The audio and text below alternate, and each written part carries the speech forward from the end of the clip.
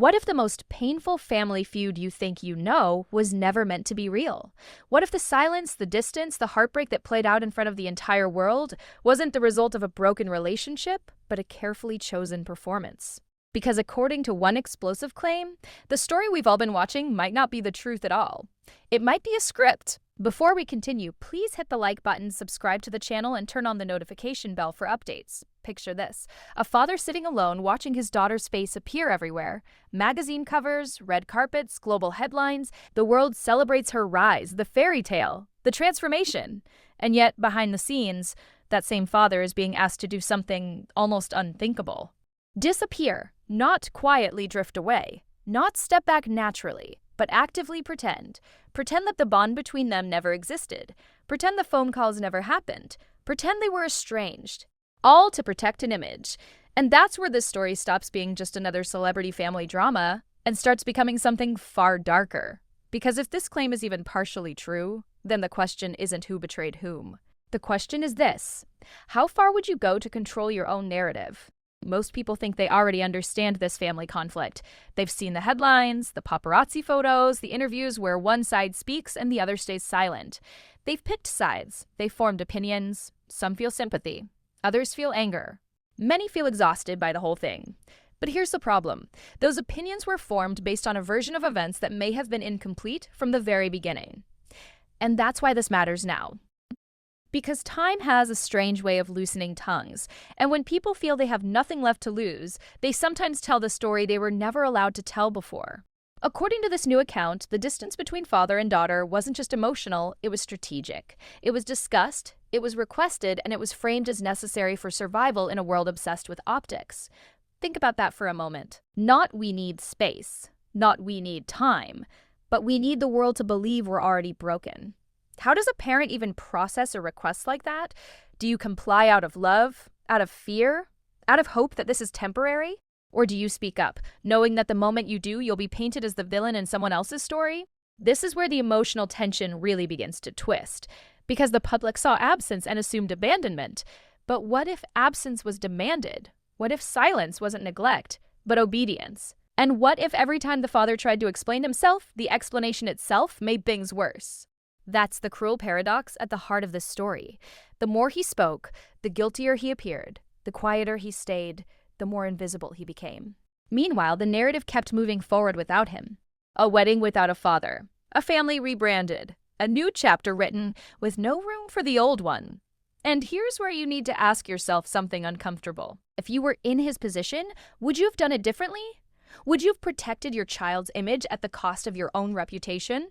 Or would you have refused, even if it meant losing them forever? Because according to what's now being revealed, this wasn't a single conversation. It wasn't a misunderstanding. It wasn't a moment taken out of context. It was a pattern. And the pretending didn't stop with silence. It evolved. And what he claims happened next is the part that forces us to rethink everything we thought we knew about this family divide. Because once the lie was in place, it started doing exactly what it was designed to do. And that's where things really begin to unravel. There are moments in life that don't explode loudly. They arrive quietly. A pause on the line. A sentence that doesn't sound real until it's already been said. According to Thomas Markle, this was one of those moments. He describes a phone call that didn't begin as dramatic. No shouting, no accusations, just concern, pressure. And then a request that felt less like a conversation and more like a direction. The message, as he tells it, was simple on the surface and devastating underneath. Things are getting complicated. The press is circling. The story needs to be clean. And then came the line that still haunts him. We need people to think we're not close. Not that we've drifted, not that we're taking space, but that the relationship itself never really existed. Sit with that for a second. A father being asked to erase himself from his daughter's story, not privately, but publicly, so that a new image could survive. He says it wasn't framed as cruelty, as protection, as something temporary that would make things easier. Easier for whom? That's the question he says he asked himself over and over again. From his perspective, the logic was chillingly strategic. If the public believed there was no real bond, then his presence couldn't complicate the narrative. No awkward questions, no divided loyalties, no messy history. Clean lines, clear optics, no loose ends, but families aren't brands, and parents aren't props. He claims he sat there, stunned, wondering how love had suddenly become a liability. And this is where the emotional contradiction kicks in, because he didn't say no, at least not right away. Why? Because when your child asks you to protect them, even in a way that feels wrong, the instinct to comply can overpower everything else. He thought maybe this was fear talking, maybe pressure, maybe a moment of panic that would pass once things settled down. So he stayed quiet. He stopped correcting false assumptions. He let headlines write his role for him. Deadbeat, absent, embarrassment. And every time he saw those words, he told himself the same thing. This is temporary. This is what she needs right now. This is what love looks like, but here's the part that most people never consider. Silence doesn't stay neutral.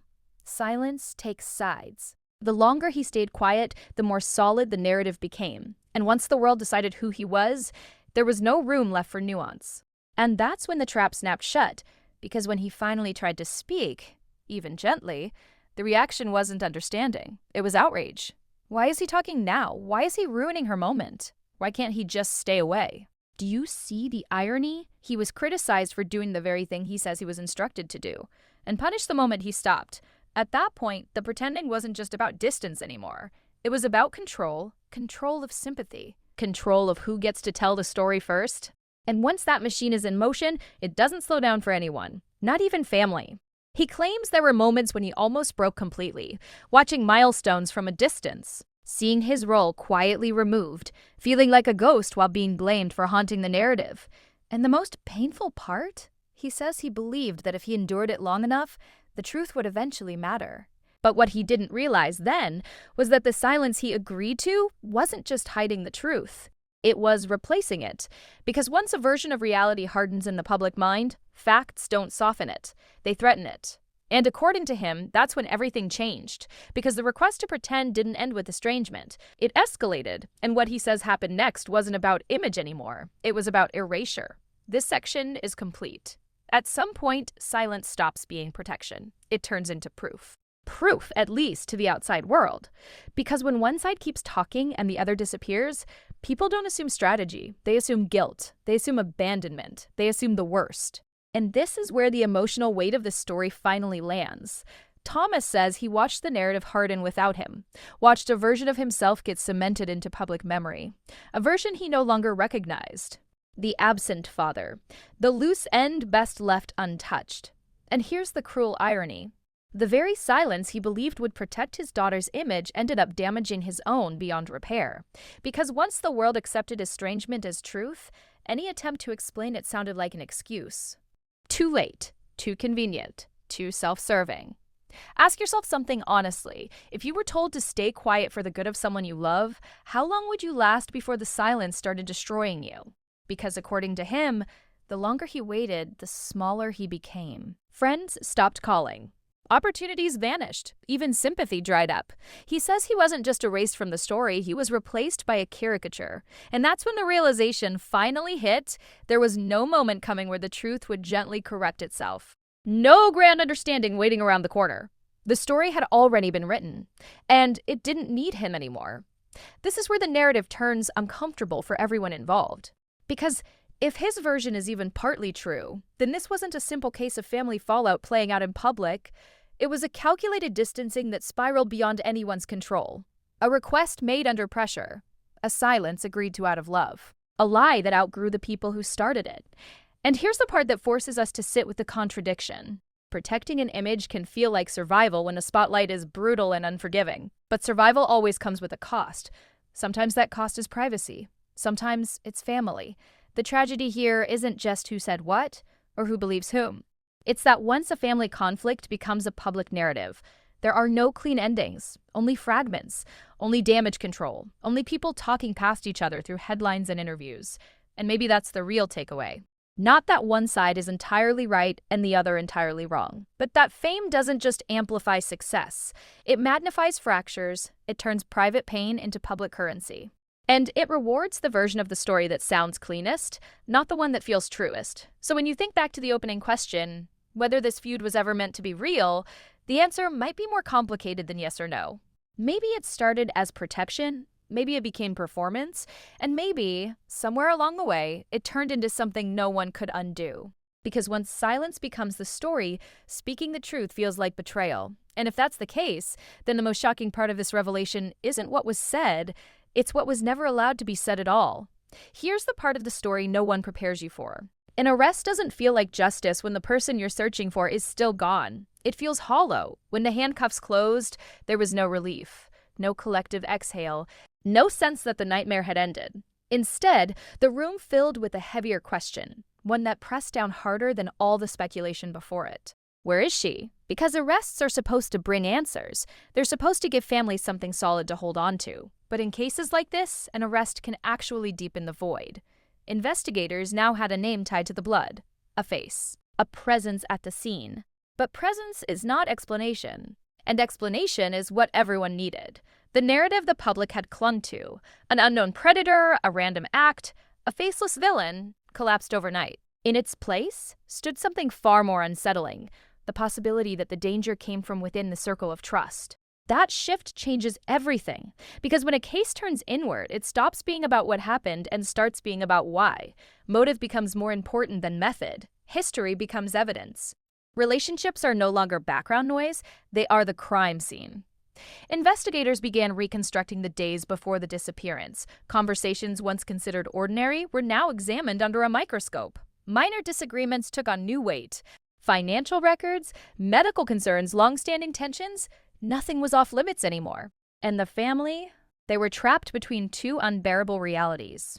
If the evidence was right, someone they trusted had answers they weren't giving. If the evidence was wrong, an innocent life was being destroyed while the real truth slipped further away. Either way, there was no clean ending. Here's the cruel irony of DNA. It feels definitive, but it rarely tells the whole story. It can place someone at a location, but it cannot tell you what they were feeling. It can confirm contact, but not intent. It can point a finger, but it can't explain what happened next. And what happened next is the question that still haunts this case. Did something go wrong in a moment of panic? Was there an argument that spiraled out of control? Was the original plan never meant to end this way? Or is there a truth so carefully buried that even DNA hasn't fully uncovered it yet? As the investigation moved forward, one reality became unavoidable. The disappearance was no longer the only tragedy. Trust had been shattered, a family had been divided in a way that could never be repaired, and the public image surrounding the case was permanently altered. But none of that brought the missing woman home. And that's the detail that matters most, because every theory, every accusation, every headline fades into irrelevance when measured against one simple fact. An elderly woman vanished, and she has not been found. Until that changes, this story is unfinished. So we circle back to the question we started with. What if the DNA that cracked the case didn't lead to closure, but to a deeper mystery? What if it answered the wrong question first? Because sometimes evidence doesn't end a story. Sometimes it opens the door to something far darker. Something that forces us to confront the uncomfortable truth that not all dangers come from strangers, and not all families are as safe as they appear. And until the missing woman is found, one thing remains painfully clear. The blood told investigators who was there, but it still hasn't told us what really happened.